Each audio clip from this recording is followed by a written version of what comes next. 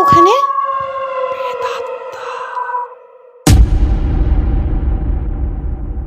ও কাকা, একটা চা দাও তো।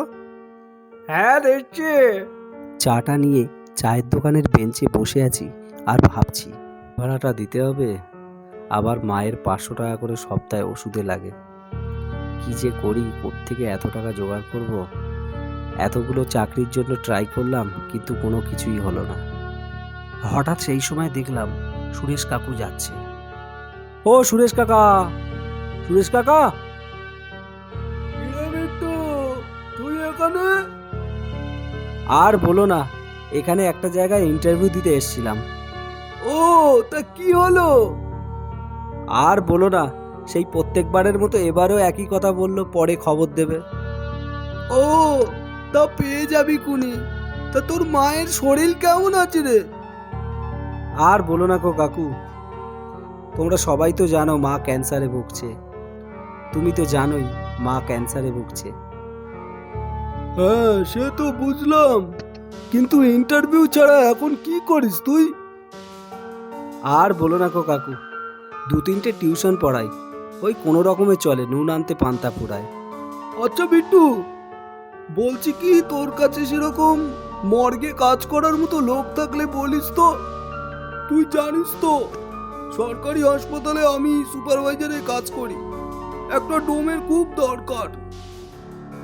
কাকা, একটা কথা বলবো। কি কথা? বলছি কি, এই কাজটা তুমি আমাকে যদি দাও খুব উপকার হয়। ছি ছি ছি ছি ছি, তুই এ কি বলছিস? তুই একটা ব্রাহ্মণের ছেলে হয়ে লাশ কাটবি? কেন, ডোমরা মানুষ নয় আর ব্রাহ্মণরা কি ভগবান হয় নাকি? সবাই তো মানুষই, কাজে উঁচু নিচু আমি ওসব দেখি না। আচ্ছা, তুই যখন বলছিস, ঠিক আছে, কাল আয় দেখছি। পরের দিন নিজের কাছে পড়ে থাকা কিছু ডকুমেন্টস নিয়ে চলে গেলাম সেই সরকারি হাসপাতালে, এবং কাজটা পেয়েও গেলাম। প্রায় 1 মাস হয়ে গেল লাশ কাটার কাজ করছি, এখনো পর্যন্ত কোনো প্রবলেমই হয়নি।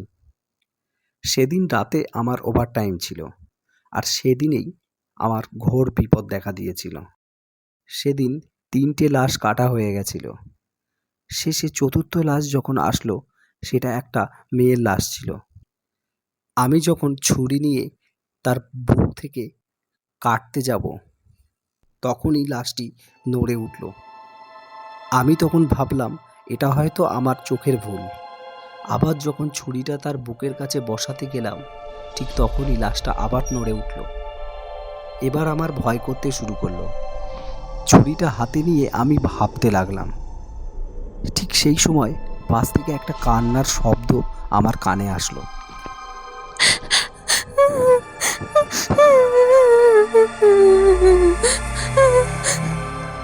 কে এখানে কাঁদে? কে?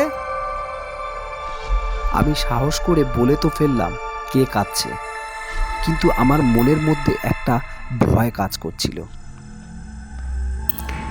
ছেড়ে দে আমাকে, কাটিস না, কাটিস না আমাকে। কে কে আপনি? আর এইভাবে ভয় দেখাচ্ছেন কেন আমাকে? আমি তো তোকে ভয় দেখাচ্ছি না, আমি তো শুধু তোকে একটুখানি বলছি যে আমাকে তুই কাটিস না, আমার কষ্ট হচ্ছে।